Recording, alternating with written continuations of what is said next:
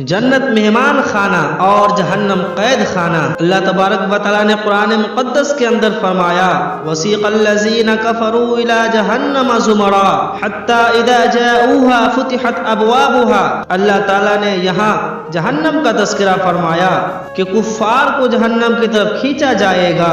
जब जहन्नम के पास आएंगे तो दरवाजे खुल जाएंगे। आगे जन्नत के मुतालिक फरमाया कि जब अहले जन्नत आएंगे तो उनके आने से पहले जन्नत के दरवाजे खुले हुए होंगे। कैद खाने और मेहमान खाने में फर्क होता है। जब कैदी को जेल की तरफ लेकर जाते हैं तो दरवाजा बंद होता है, उसके पहुंचने पर दरवाजा खुलता है, फिर दरवाजा बंद कर देते हैं। जबकि मेहमान खाने का तर्ज ये नहीं होता, मेहमान खाना मेहमान की आमद से पहले खुला रखते हैं।